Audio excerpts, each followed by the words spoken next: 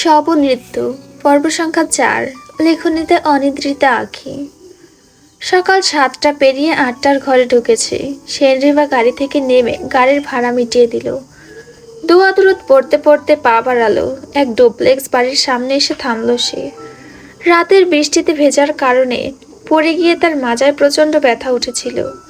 তার শোকে রাতে জ্বর এসেছিল। সকালে উঠতে তাই দেরি হয়ে গিয়েছে। যদিও ওষুধে ব্যথা কিছুটা কমেছে, কিন্তু পুরোপুরি সেরে যেতে সময় লাগবে। জ্বরটাও এখন বেশ হালকা। গেটের সামনে দাঁড়াতেই সিকিউরিটি গার্ড তাকে কোনো প্রশ্ন না করে ঢুকতে দিল। বুঝে গেল নিশ্চয়ই আগের দিন জানিয়ে দেওয়া হয়েছে তার আগমনের কথা। কিন্তু ভেতরে ঢুকতেই সেনরিভা হঠাৎ থমকে দাঁড়ালো। চোখ বড় হয়ে গেল তার। বাড়ির চারিপাশে কড়া নিরাপত্তা, সবাই কালো পোশাক পরা, হাতে আধুনিক রাইফেল, কানে ইয়ারপিস, চোখে কালো সানগ্লাস, যেন কোনো রাষ্ট্রপতির বাসভবন। সেনরিভা মনে মনে ভাবল, লিওনার নিশ্চয়ই খুব বড় লোক, তবু এতটা হাই সিকিউরিটি, এটা কি আদৌ দরকার ছিল, নাকি টাকার জোরে বাড়তি জাহির? সে ধীরে গিয়ে কলিং বেল চাপল। কিছুক্ষণ পরেই দরজাটা খোলার শব্দ হলো, আর সামনে এসে দাঁড়ালো লিওনার। পরনে হাঁটুর একটু উপর পর্যন্ত ওঠা হাফ প্যান্ট, গায়ে কালো ট্যাঙ্ক টপ। তার উজ্জ্বল ফর্সা শরীরের সুঠাম পেশিগুলো চোখে লাগার মতো। মাথার উল্ফকাট চুলগুলো আধা বাঁধা, কিন্তু সামনের দিকে কয়েকটি চুল খসে পড়েছে। ঘাড়ে ঝুলছে সাদা তোয়ালে, সম্ভবত একটু আগে ব্যায়াম করছিল। সেনরিভার চোখ থমকে গেল লিওনারের ভুরুর ধারে ঘেঁষে আঁকাবাঁকা হয়ে থাকা ধাতব অলংকারটিতে। রূপলি রঙের সাপের মতো বাঁকানো এক ধরনের রহস্যময় জ্যান্ত ভাব ফুটে উঠেছে তাকে। এক নিমেষে গায়ে কাঁটা দিয়ে উঠল তার। তারপর মনে হলো, এতটা খোলামেলা ঘরোয়া রূপে একজন অপরিচিত পুরুষের সামনে দাঁড়িয়ে থাকা শোভনীয় নয়। লজ্জায় অস্বস্তিতে চোখ নামিয়ে নিল সে। লিওনার এক ঝলক তাকালো দরজার সামনে দাঁড়িয়ে থাকা রমণীর দিকে। মাথা নিচু, পরনে সালোয়ার কামিজ, কাঁধে ঝোলানো এক পাশে বহ ব্যাগ। চেহারা ক্লান্ত, তবুও সেই ক্লান্তির ভিতরেও এক অপরূপ সৌন্দর্য লুকিয়ে আছে, যেটা চোখ এড়ায় না কারোরই। লিওনারের দৃষ্টি সেখানেই আটকে যায়, মাত্র এক মুহূর্তের জন্য। তারপর দ্রুত চোখ ফিরিয়ে নেয়, যেন আরেকটু তাকালেই অপরাধ হয়ে যাবে। একটাও কথা না বলে, কোনো অভিব্যক্তি প্রকাশ না করে সে একটু সরে দাঁড়ালো। মেয়েটির জন্য ভেতরে যাওয়ার পথ ছেড়ে দিল। তারপর কিছু না বলে একটু সরে গিয়ে ভেতরে যাওয়ার পথ করে দিল, আর নিজে সিঁড়ি বেয়ে উপরে উঠে গেল। সেনরিভা ধীরে পা ফেলে ঘরে ঢুকলো। বসার ঘরের সোফায় বসে পড়ল। মাত্র 2 মিনিটের মধ্যে লিওনার ফিরে এলো। এবার তার হাতে একটা ফাইল। কোনো রকম ভনিতা না করে, একটা কথাও না বলে হঠাৎ টেবিলের উপর জোরে শব্দ করে ফাইলটা রাখলো। শব্দটা এমন তীব্র ছিল যে অপ্রস্তুত সেনরিভা চমকে উঠল। মনে হলো যেন বড় কোনো ভুল করে ফেলেছে। তড়িঘড়ি করে উঠে দাঁড়ালো। আচরণে স্পষ্ট ছাপ পড়ে গেল অপরাধ বোধে। যদিও বাস্তবে সে কোনো ভুল করেনি, সেটা ছিল তার নিজের মনের ভিতরে দ্বিধা ও সংশয়। Read this. লিওনারের বজ্র কণ্ঠস্বর সেনরিভার শ্রবণেন্দ্রিয়কে যেন আঘাত করল।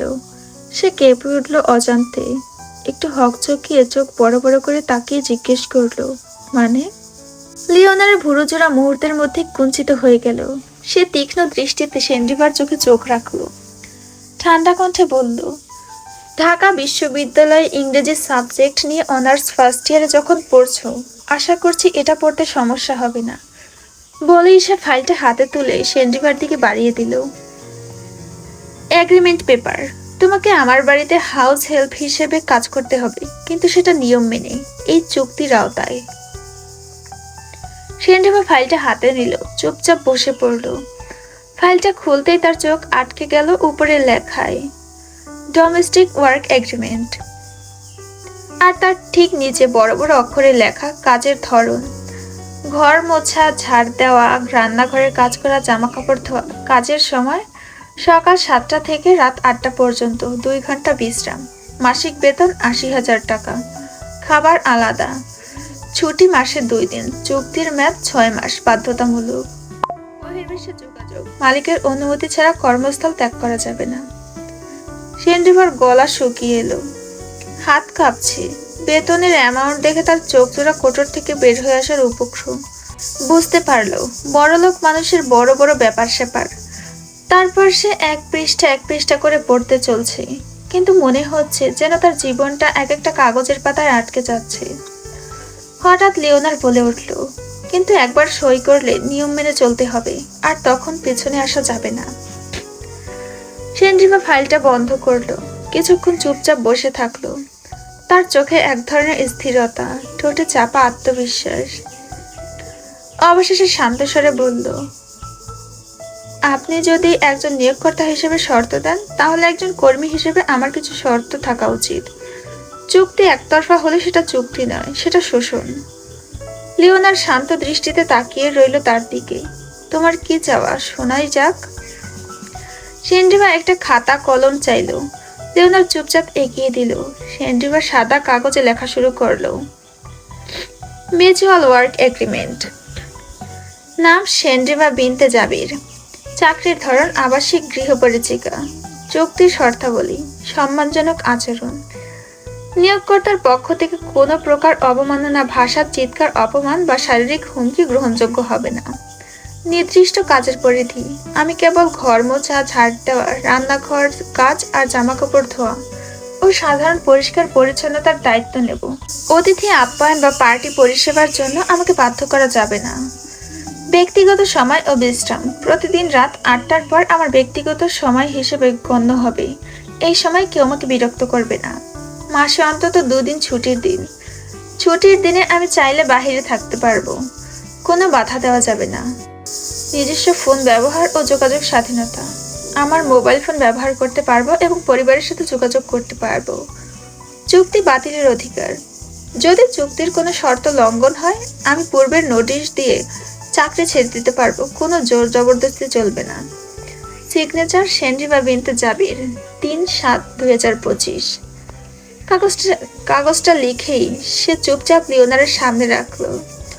এটা আমার পক্ষের শর্ত, আপনি যদি মেনে নেন তবে আমি কাজ করতে প্রস্তুত, না হলে আমি এখনই চলে যাব। লিওনার কিছুক্ষণ নীরবে তাকিয়ে রইল কাগজটার দিকে। ঠোঁটে খেলে গেল এক বাঁকা হাসি। ইন্টারেস্টিং। সে সই করে দিল। সেনজিমা জানে এখন তার সামনে খুব বেশি বিকল্প নেই। জীবনের নির্মম বাস্তবতা তাকে ঠেলে এনেছে এই দরজার সামনে। সে তো ভেবেছিল তার শর্তগুলো মেনে নিতে চাইবে না। তখন কাজে না নিলে সে কোথায় যাবে ভেবে অস্থির হয়ে উঠেছিল মনে মনে। কিন্তু তেমন কিছু হলো না দেখে সে খুশি হলো। সে কলমটা হাতে তুলে নিল। তার হাত কাঁপছে, হৃদস্পন্দন অনিয়মিত, তবুও সে সই করে দিল। বোকা সেনজিমা তখনও নিজের ভাবনায় মোহাচ্ছন্ন। সে খেয়াল করল না লিওনার নিজের আগের কলমটি সরিয়ে এক নতুন কলম এগিয়ে দিয়েছে। সে দেখতে পেল না লিওনার ঠোঁটের কোণে লুকিয়ে থাকা সেই চতুর হাসি। সেনজিমা শুধু এতটুকুই ভেবেছিল, লোকটা বড়লোক, হয়তো তাই এত মোটা অঙ্কের বেতন অফার করছে। কিন্তু তার অজানা রয়ে গেল এই সইটার পেছনে লিওনারের আরেকটা উদ্দেশ্য লুকিয়ে আছে। সেনজিমা সকালবেলা নাস্তা তৈরিতে ব্যস্ত। আজ তার এই বাড়িতে কাজ শুরু করার 3য় দিন। এর মধ্যে সে বাড়ির চারপাশ দেখে নিয়েছে আর বুঝে ফেলেছে এই বিশাল ডুপ্লেক্স বাড়িতে সেই অদ্ভুত মানুষটা ছাড়া আর কেউ থাকে না। হঠাৎ তার মনে প্রশ্ন জাগে, এই লিওনার নামের মানুষটা কি স্ত্রী সন্তান নেই? এই ভাবনাই তাকে নিজেকে বিরক্ত করে তোলে। কি দরকার সব জানার? লিওনারের বউ থাকুক বা না থাকুক তাতে তার কি যায় আসে? এমন সুদর্শন পুরুষের বউ না থাকলেও হয়তো গার্লফ্রেন্ড নিশ্চয়ই আছে। অদ্ভুত মানুষ বলাটা অমূলক নয়, লোকটার আচরণই এমন নির্বিকার, অথচ গভীরভাবে পর্যবেক্ষণমূলক। এই 2 দিনে সেনজিমার মনে হয়েছে যেন কিছু একটা অস্বাভাবিক ঘটছে তার আশেপাশে। আগে কখনোই এমন অদ্ভুত অভিজ্ঞতা হয়নি তার। প্রথম দিন চুলা ধরাতে গিয়ে হঠাৎ ইলেকট্রিক শকে কেঁপে উঠছিল সে। তারপর গতকাল যখন বাসার সামনে চত্বরে পা রাখে, একটা পিন আচমকা গেঁথে যায় তার পায়ে। সে ভালোভাবে তাকিয়ে দেখে অনেকগুলো পিন ছড়ানো ছিটানো। প্রতিটা ঘটনায় যেন উদ্দেশ্যমূলক, যেন তাকে উদ্দেশ্য করেই করা। কিন্তু এত হাই সিকিউরিটি বাড়িতে এমনটা তাকে আঘাত করার জন্য কে বা চেষ্টা করবে? তবে কি লিওনার স্যার এসব ঘটনার নেপথ্যে? কিন্তু তার সঙ্গে তো তার কোনো শত্রুতা নেই। এক অচেনা পুরুষ কেন এমনটা করবে? নাকি বেশি ভাবছে? ভাবনাগুলো মাথা থেকে ঝেড়ে ফেলে সেনরিভা চুলার উপরে রাখা গরম পানি নামিয়ে ব্ল্যাক কফি বানাতে শুরু করলো। বানানোর শেষে কফির কাপটা নিয়ে পেছন ঘুরতেই তার বুক কেঁপে উঠল। মাত্র কয়েক ইঞ্চি দূরে নিঃশব্দে দাঁড়িয়ে আছে লিওনার। আচমকা তাকে দেখে সেনরিভার হাত কেঁপে গেল। চমকে উঠে তার হাত থেকে কফির কাপটা পড়ে গেল সোজা লিওনারের গায়ে। একটা শব্দও করলো না লিওনার, কিন্তু এটা দেখে সেনরিভা আতকে উঠে দ্রুত নিজের ওড়না নিয়ে কাপা কাপা হাতের লিওনারের জামার নিজের অংশ মুছতে শুরু করলো। অজান্তে এতটা কাছে চলে এসেছে যে তার শরীর থেকে আসা একটা মেয়েলি সুঘ্রাণ লিওনারের নাকে বাড়ি খায়। মেয়েটার হাতের অনাবরত গতি থামেনি। সে মুছতে মুছতে এতটাই নিচে চলে আসে যা একেবারে অপ্রত্যাশিত। লিওনার কাঠের মূর্তির মতো স্থির হয়ে দাঁড়ায়, চোখে তীব্র অথচ অব্যক্ত একরাশ রাগ, দুই ঠোঁট কঠিনভাবে চেপে ধরা। হঠাৎ বজ্রগম্ভীর কণ্ঠে কিছুটা ধমক দিয়ে বলল, স্টপ। শব্দটা শুনে সেনরিভা আতকে উঠে পেছনে সরে যায়। সে তো শুধু সাহায্য করতে চেয়েছিল, এমন ধমকের মানে কি? কিন্তু পরক্ষণেই চোখ পড়তেই বুঝতে পারে সে ঠিক কোথায় পৌঁছে গিয়েছিল। লজ্জায় তার উজ্জ্বল ফর্সা গালের উপর রক্তিম আভা ছড়িয়ে পড়ে। সে তৎক্ষণাৎ চোখ সরিয়ে নামিয়ে নেয়। লিওনার কিছু না বলে দ্রুত রুমের দিকে পা বাড়ায়। কয়েক মিনিট পর সে ফ্রেশ হয়ে পোশাক পাল্টে বেরিয়ে আসে। পরনে ছিল ডেনিম প্যান্ট, তাই বড় কোনো অসুবিধা হয়নি। সে নিচে নেমে আসতেই সেনরিভা মাথা নিচু করে মিনমিন করে বলে, স্যার নাস্তা তৈরি হয়ে গিয়েছে। কিন্তু লিওনার তার কথার কোনো জবাব দিল না। সোজা ডাইনিং টেবিলে বসে। সেনরিভা তার এমন ব্যবহার দেখে আড়ালে মুখ বাঁকায়, তবুও লিওনার সেটা ভালো করেই বুঝতে পারে। সেনরিভা তাকে খেতে দিয়ে কিচেনের দিকে যেতে নিলেই পেছন থেকে গুরুগম্ভীর কণ্ঠে শুনতে পেল, did I tell you to leave?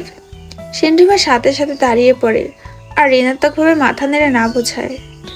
Lionel বলল, আমি খাবো আর তুমি আমার যা যা লাগবে এগিয়ে দেবে। সেনরিভা মাথা নেড়ে আচ্ছা বোঝালো। লিওনার খেতে শুরু করে আর সেনরিভা তার খাবার এগিয়ে দিতে থাকে।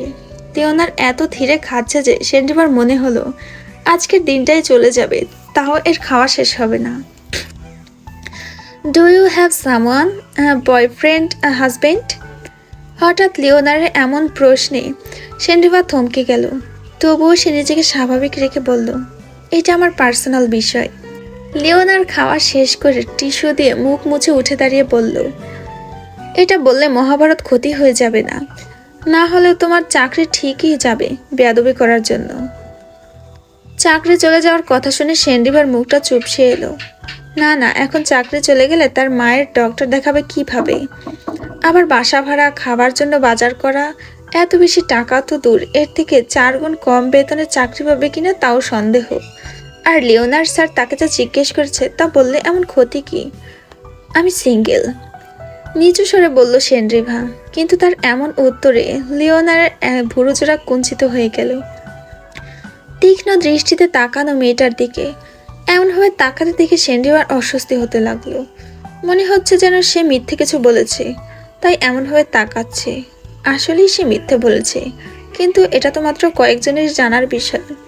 তাই সে মিথ্যা নাকি সত্যি বলছে এটা তো এই পুরুষের জানার কথা না। লিওনার ধীর পায়ে এগিয়ে এসে সেনরিভার থেকে কয়েক ইঞ্চি দূরে দাঁড়ালো। সেনরিভা ওড়নার এক প্রান্ত হাতের আঙুল দ্বারা পেঁচাতে শুরু করলো। লিওনার কিছু একটা বলতে যাবে এমন সময় কলিং বেল বেজে উঠল। লিওনারের ললাটে গভীর ভাঁজ পড়ে। সেনরিভা তার দিকে তাকিয়ে বুঝতে পারল এই সময় কলিং বেল বেজে ওঠায় লোকটা মহাবিরক্ত। মেয়েটাও সুযোগ পেলে লিওনারের সামনে থেকে সরে যাওয়ার। সে দ্রুত এগিয়ে গিয়ে দরজা খুলে দেয়। দেখতে পেল সামনে আবাবিল দাঁড়িয়েছে। এতক্ষণ পর তার ঠোঁটের কোণে হাসি ফুটল। সে এক মিষ্টি হাসি দিয়ে বলল, ভাইয়া ভালো আছেন? আবাবিলও হেসে মাথা নেড়ে বলল, আলহামদুলিল্লাহ, তুমি কেমন আছো? সেনরিভা দরজার পাশ থেকে সরে এসে হাসি মুখে বলল, আলহামদুলিল্লাহ ভালো আছি। আবাবিল মুখটা দুঃখিত করে বলল, তোমার করা সুস্বাদু রান্নাগুলো অনেক মিস করছি, তাই চলে এলাম তোমার হাতের খাবার খেতে। সেনরিভা আর চোখে একবার লিওনারের দিকে তাকালো। এই মুহূর্তে তাদের দিকে গভীর মুখে ভুরু কুঞ্চিত করে প্যান্টের পকেটে 2 হাত ঢুকিয়ে শটান দাঁড়িয়ে আছে। সেনরিভা তার দিক থেকে চোখ সরিয়ে আবাবিলের দিকে তাকালো, বলল, আপনি বসুন, আমি আপনার জন্য নতুন কিছু একটা তৈরি করে দিচ্ছি। এটা শুনে আবাবিল খুশি হলো। সে ভেতরে আসতে যাবে, সেই মুহূর্তে বজ্র গম্ভীর কণ্ঠে কথা কর্ণপাত হতে থেমে গেল তার প্রবেশ। স্টপ। থেমে সেন্ড্রিভার দিকে তাকিয়ে গম্ভীর্যপূর্ণ কণ্ঠে বলল, এটা আমার বাসা, তাই এখানে কে খাবে আর কে খাবে না সেটাও আমি ঠিক করব, তুমি না। একজন গৃহপরিচিকা হয়ে তোমার কোনো অধিকার নেই যে আমার কাছ থেকে পারমিশন না নিয়ে তোমার ইচ্ছে মতো যা তা করার। সেন্ড্রিভার মুখটা অপমানে থমথমে হয়ে উঠল, কিন্তু এতে আবাবিলের মাঝে কোনো ভাবান্তর দেখা গেল না। কিন্তু মেয়েটার জন্য মায়া হলো। আবাবিল জানে মাফিয়া বস লিওনার কেমন, কিন্তু সে যা বুঝতে পারছে তা হলো স্যার এই মেয়েকে আগে থেকেই চেনে। তাছাড়া যে পুরুষ নিজের বাসা থেকে শুরু করে অফিস পর্যন্ত কোনো মেয়ে কর্মী রাখে না, সে একটা অপরিচিত মেয়েকে এক দেখায় নিজের বাসায় নিজের এতটা কাছে রাখার মতো বোকামি অবশ্যই মাফিয়া বস লিওনার করবে না। বেলা তখন 5:30, আকাশ ভারী মেঘে ঢাকা। একটু আগেও হালকা ফিসফিসে বৃষ্টি হচ্ছিল। আবাবিল তার গাড়ি থামালো একটি শপিং মলের সামনে। হাতে গোনা কয়েকটা দিনের জন্য বাংলাদেশে এসেছিল, তাই জামা কাপড় বিশেষ আনেনি। দরকারি কিছু জিনিসপত্র আর পোশাক কিনতে এসেছিল আজ।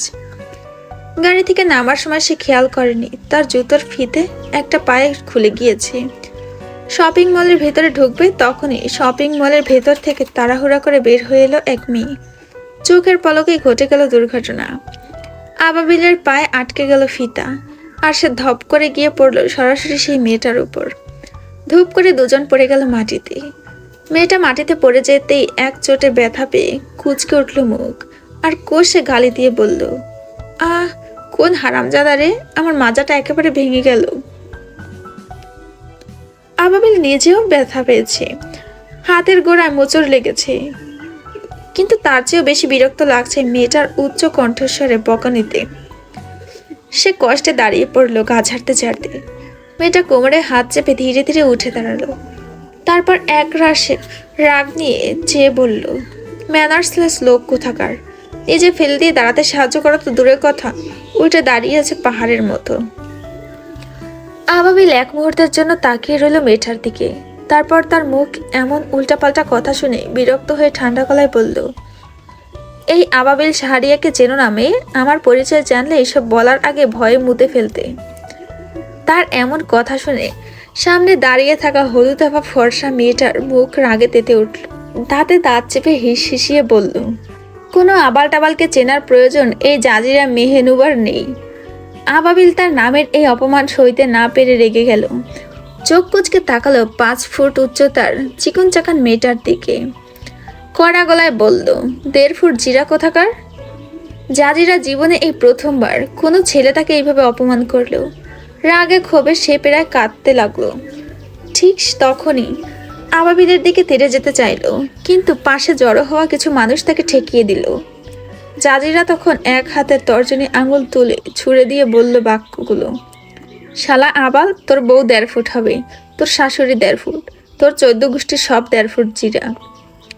আবাবিল কয়েক সেকেন্ড চুপ করে দাঁড়িয়ে রইল। সে রাখবে নাকি অবাক হবে এই নিয়ে কনফিউজড হয়ে গেল। তাদের ঘিরে দাঁড়িয়ে থাকা কয়েকজনের মধ্যেই আবাবিল একজনের দিকে তাকিয়ে গম্ভীর মুখে বলল, মশলার দোকানে খবর দিয়ে বলো তাদের দোকানের 1.5 ফুট জিরা মশলা বাইরে বের হয়ে মানুষকে বিভ্রান্ত করছে, দয়া করে তারা যেন এই 1.5 ফুট জিরাকে নিয়ে যায়।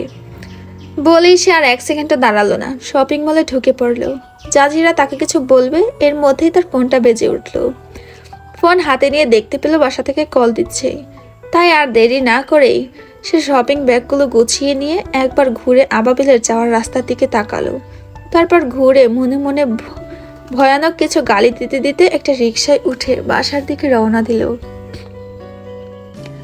সন্ধ্যার সীমা ছুঁয়েছে, অন্ধকারে ঢেকে যাচ্ছে চারিদিকে। রাত যেন নিজের রাজত্ব বিস্তার করছে ধীরে। 3 তলা বিশিষ্ট এক ভবন, ঘিরে রাখা কাঁটাতার, কংক্রিটের দেওয়াল আর চলমান লেজার স্ক্যানার। চারিদিকে পাহারা দিচ্ছে ভারী অস্ত্রধারী নিরাপত্তা রক্ষাকারী। এই থমথমে নিস্তব্ধতা ভেঙে গেল এক কালো মার্সিডিজ বেঞ্চের শব্দে। গাড়ির দরজা খুলে নামলো এক বলিষ্ঠ রহস্যময় যুবক। তার শরীর জুড়ে যেন অন্ধকার মিশে আছে। তার গায়ের কালো হুডেড গথিক লং কোট হাঁটু ছুঁয়ে নেমে এসেছে। মাথায় হুডি তোলা, চোখ দুটো আড়ালে, কেবল কোটের নিচ থেকে দৃশ্যমান ঠান্ডা নিশ্চল চোয়াল আর দৃঢ় ভঙ্গি। এক ঝলক হিমেল বাতাস খুঁটের প্রান্ত ছুঁয়ে নাচল। তার ভারী বুটের ঠকঠক শব্দ যেন মৃত্যুর আগমনী সুর। সে ধীরে ধীরে গেটের সামনে এসে দাঁড়ালো। সিকিউরিটি গার্ড এগিয়ে এসে জিজ্ঞেস করলো, আপনার পরিচয়? যুবক কিছুই বলল না। হঠাৎ বজ্রের মতো ঘুষি মেরে গার্ডটাকে মাটিতে ফেলে দিল। এক মুহূর্তে নিস্তব্ধতা ছিন্ন হলো। ভবন জুড়ে আতঙ্কের আঁচ ছড়িয়ে পড়ল। গার্ড নিস্তেজ হয়ে পড়ে থাকলো মাটিতে, আর সে নির্বিকার মুখে গেটের দিকে এগিয়ে চলল। বাকি সিকিউরিটি গার্ডরা তাকে ঘিরে ধরল রাইফেল দ্বারা, কিন্তু সে থামল না। এক সিকিউরিটি গার্ড বলল, আর এক পা এগিয়ে গেলে গুলি চালাতে বাধ্য হব।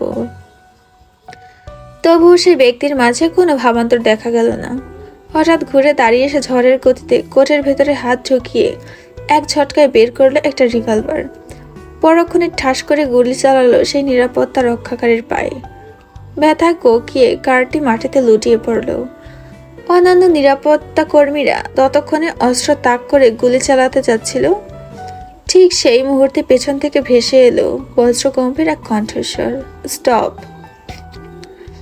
তখনই রাইফেল নামিয়ে নিল সকলে। চুপচাপ মাথা নিচু করে দুই পাশে সরে গেল তারা। সাদা পায়জামা পাঞ্জাবি পরা এক অর্ধবয়স্ক মানুষ ধীর পায়ে এসে দাঁড়ালো হুডিতে ঢাকা সেই যুবকের সামনে। চারিপাশে তাকিয়ে এক গম্ভীর দৃষ্টিতে সকলকে নির্দেশ দিল, সবাই নিজ নিজ জায়গায় ফিরে যাও, আর যার পায়ে গুলি লেগেছে তাকে দ্রুত হাসপাতালে নিয়ে যাও। গার্ডরা তার আদেশে সায় দিয়ে দ্রুত কাজ শুরু করলো। সবাই সরে যেতে সেই অর্ধবয়স্ক মানুষটি ভুরু কুঁচকে তাকালো যুবকের দিকে, কণ্ঠে অনুশাসনের কড়া ভাব। মাফিয়া বস লিওনার ওরফে শেরজিৎ জালিন চৌধুরী। একটু থেমে আবার বললেন তিনি, অর্থমন্ত্রী সেনরিবাস চৌধুরীর বাড়িতে এসে তার ছেলে হয়েও তার সাথে গুন্ডামি করছো? শেরজিৎ ঠোঁটের কোণে এক ঠান্ডা বাঁকা হাসি ফুটিয়ে ধীরে হুডি খুলল। তারপর বাড়ির দিকে পা বাড়িয়ে শান্ত গলায় বলল, আপনিও কম কিসের?